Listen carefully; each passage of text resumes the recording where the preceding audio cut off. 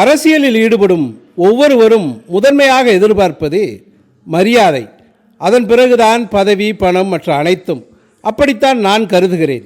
அந்த வகையில் ஒருவருக்கு மக்களிடையே, கட்சி தொண்டர்களிடையே உரிய மரியாதை கிடைக்க வேண்டுமென்றால் அவர் பயணிக்கின்ற கட்சியில் அவருக்கு உரிய வாய்ப்புகள் வழங்கப்பட வேண்டும். வாய்ப்புகள் என்றவுடன் சட்டமன்ற, நாடாளுமன்ற, உள்ளாட்சி தேர்தல்களில் போட்டியிடுவதற்கான வாய்ப்பு என்று மட்டும் கருதக்கூடாது.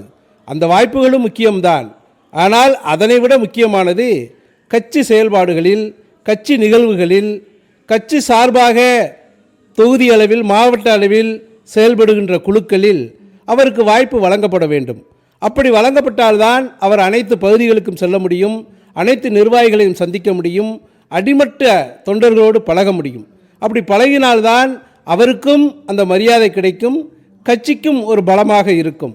அப்படி இல்லாமல் எந்த வாய்ப்பையும் கொடுக்காமல் ஒருவரை தொடர்ச்சியாக கட்சியில் வைத்திருப்பதால் அந்த கட்சிக்கும் பயனில்லை, தொடர்ச்சியாக அந்த கட்சியில் அவர் பயணிப்பதில் அவருக்கும் பயனில்லை என்பதுதான் எனது கருத்து.